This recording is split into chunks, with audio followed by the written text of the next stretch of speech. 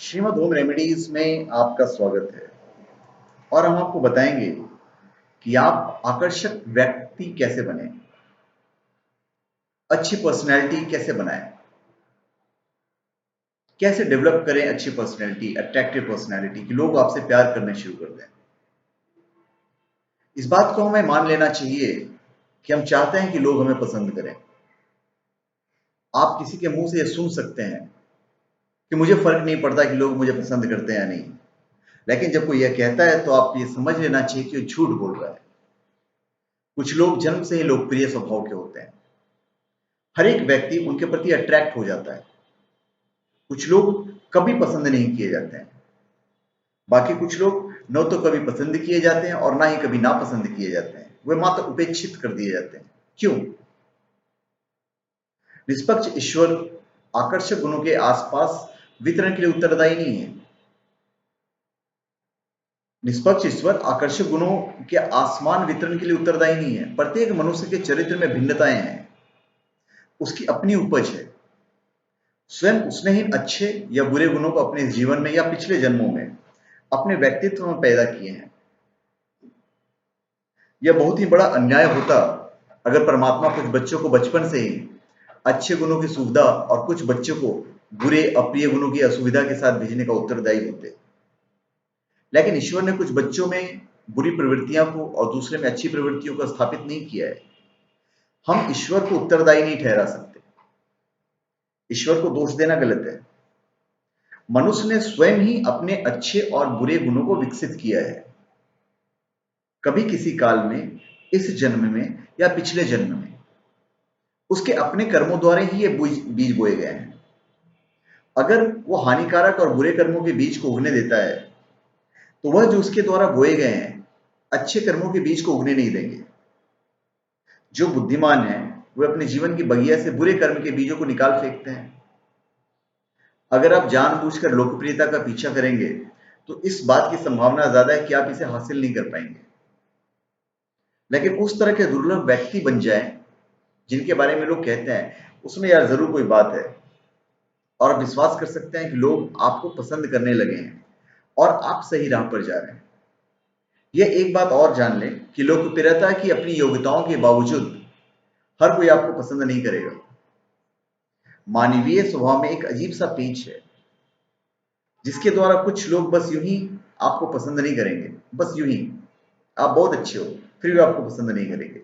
आकर्षकता भीतर से आती है। व्यक्ति को स्वयं अपना व दूसरों का विश्लेषण करना सीखना चाहिए, जिससे पता चल सके कि क्यों कुछ लोग सभी के द्वारा पसंद किए जाते हैं और क्यों कुछ लोग नहीं। यहां तक कि बच्चों में भी हम पाते हैं कि कुछ को तो सभी प्यार करते हैं और कुछ की उपेक्षा करते हैं। इस प्रकार के विश्लेषण से सबसे पहले बात किसका पता चलता है, वो यह कि अगर कोई लोकप्रिय बनना चाहता है तो उसे स्वयं अंदर से और अधिक अधिक आकर्षक बनना चाहिए। कभी कभी शारीरिक रूप से अत्यधिक आकर्षक व्यक्ति भी विकर्षक हो सकता है, क्योंकि उसकी वाणी और क्रियाकलापों से उसके अंदर की कुरूपता झलकती है। अधिकांशतः आप अपने आचरण से परखे जाते हैं। व्यक्ति कुछ हद तक अपने पहनावे से पहचाना जाता है, पर अधिकतर वो अपने आचरण से पहचाना जाता है। सदा साफ सुथरे और व्यवस्थित दिखें, अधिक सज्जित न हो। भड़कीले कपड़े और ऊपरी सजावट से सजा व्यक्ति को अजायब घर के नमूने सा बना देता है। सादे और साफ सुथरे कपड़े पहने जो आपके व्यक्तित्व के अनुरूप हो, लेकिन सबसे अच्छा व्यवहार करना सीखें। एक बार जब आप मानसिक रूप से विकसित हो जाते हैं और आकर्षक आंतरिक गुणों का सृजन कर लेते हैं तो पहनावे का महत्व कम हो जाता है। मतलब यह कि मनुष्य को हर समय शरीर के विषय में नहीं सोचते रहना चाहिए और ना ही उसे इसके प्रति असावधान होना चाहिए। शरीर के प्रति आवश्यकता से कम अथवा अधिक ध्यान देने से व्यक्ति असंतुलित और संगी बन जाता है। जब आप दूसरे के साथ हों तो सच्चे और विचारशील बने रहिए। जब दूसरे के साथ होते हैं तो सच्चे दिल से उनके प्रति स्नेह रहे, चिड़चिड़े नहीं बने। आपको लकड़बग्घे की तरह जोर जोर से हंसने की जरूरत नहीं है और मुंह लटकाए हुए वहां पे रहने की जरूरत नहीं है। बस मुस्कुराते रहिए, दूसरे के प्रति सौहार्दपूर्ण और स्नेहपूर्ण रहिए। लेकिन बाहर से मुस्कुराते रहना नहीं। जबकि आप अंदर ही अंदर गुस्से में हो या कूड़ रहे हो, तो बाहर से मुस्कुराते रहना पूरा मिथ्याचार है। यदि आप लोकप्रिय होना चाहते हैं तो सच्चे बने, शांत रहें और उनका ध्यान रखें। लोकप्रिय चुंबकत्व को विकसित करने का यही एक तरीका है। दूसरों के लिए जिएं और वे आपके लिए जिएंगे। अगर कोई आपकी जगह पर बैठना चाहता है तो उसे बैठने दें, भले ही आपको खड़ा रहना पड़े। आपके इस आदर्श व्यवहार के कारण प्रतिदिन आपको कोई ना कोई ऐसा व्यक्ति मिलेगा जो आपके लिए विचारपूर्वक सोचेगा।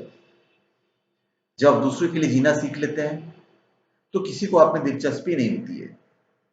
अपने अच्छे व्यवहार से आप दूसरों को अच्छी तरह से आकर्षित कर सकते हैं। अपनी वाणी और अपने कर्मों में शिष्टता लाने का अभ्यास करें, और जब खरी खोटी सुनाने का मन हो तो उस आवेश पर नियंत्रण करें और कटुता के बजाय शांति से बात करें। कोई भी आपके मुंह से कड़वे शब्द सुन नहीं पाए। जब आपसे कुछ पूछा जाए तो सत्य बोलने से डरे नहीं और अपने विचारों को दूसरे पर नहीं थोपें।